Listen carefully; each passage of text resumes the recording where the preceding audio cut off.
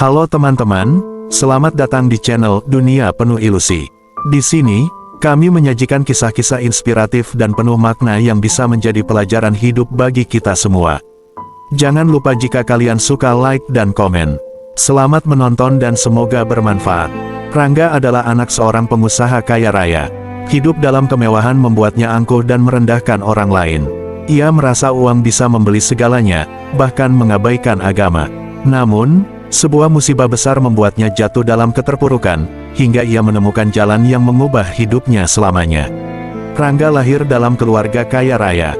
Ayahnya, Pak Malik, adalah pengusaha sukses, sedangkan ibunya, Bu Sinta, seorang wanita lembut yang selalu mengajarkan kesederhanaan.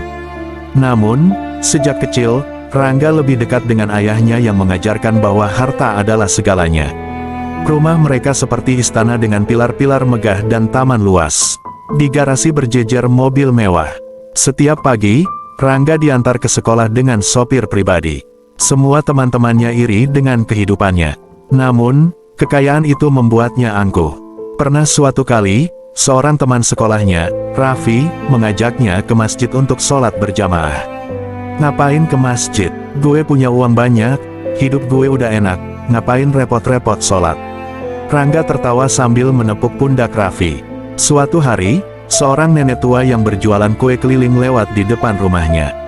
Nenek itu menatapnya penuh harap, berharap Rangga membeli dagangannya. Alih-alih membantu, Rangga malah mengejeknya, "Udah tua masih jualan. Nggak capek, Nek, mending santai aja di rumah." Nenek itu hanya tersenyum dan berkata, "Hidup ini roda, Nak. Hari ini kamu di atas, besok bisa saja kamu di bawah." Rangga tertawa sinis tanpa menghiraukan kata-kata nenek itu. Kebiasaannya semakin buruk. Ia sering berpesta di klub malam, menghamburkan uang, dan menyombongkan diri kepada teman-temannya.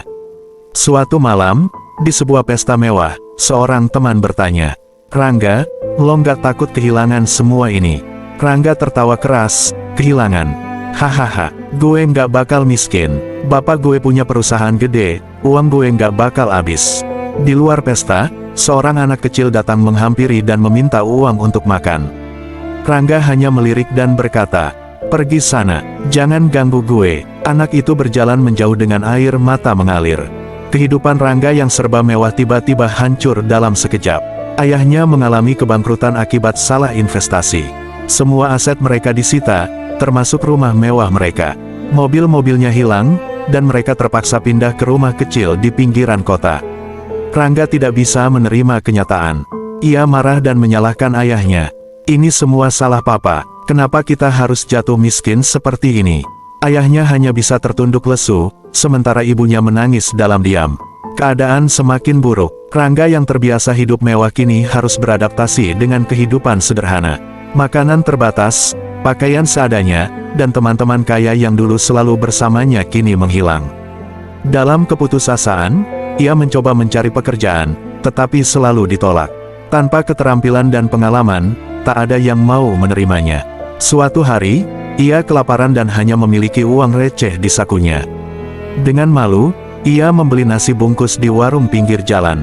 Saat makan, seorang pemulung tua duduk di dekatnya dengan wajah lapar. Rangga menatap pemulung itu dan teringat masa lalunya. Dengan ragu, ia membelah nasi bungkusnya dan memberikannya separuh. Pemulung itu tersenyum, "Terima kasih, Nak. Semoga Allah membalas kebaikanmu." Untuk pertama kalinya, Rangga merasakan sesuatu yang berbeda, sebuah perasaan tenang yang tak pernah ia rasakan sebelumnya. Suatu malam, Rangga berjalan sendirian, merasa putus asa. Ia melewati sebuah masjid kecil dan mendengar suara seorang ustadz yang sedang berceramah. "Harta bisa hilang dalam sekejap. Yang kita bawa ke akhirat bukanlah kekayaan, tapi amal dan ketakwaan." Kata-kata itu menusuk hatinya. Ia masuk dan duduk di pojok masjid, mendengarkan dengan penuh perhatian. Setelah ceramah selesai, ia mendekati ustadz tersebut. "Ustadz, saya ingin berubah. Tapi saya tidak tahu harus mulai dari mana." Ustadz itu tersenyum, mulailah dengan mendekat kepada Allah. Taubat itu untuk siapa saja yang menginginkannya. Rangga menangis, menyesali semua kesombongannya. Hari demi hari, Rangga mulai belajar agama. Ia mulai membaca Al-Quran, belajar sholat, dan mendekatkan diri kepada Allah. Namun, Perjalanan hijrahnya tak mudah. Orang-orang meragukannya. Teman-temannya yang dulu berkata, "Lo yang dulu sombong, sekarang mau jadi ustaz.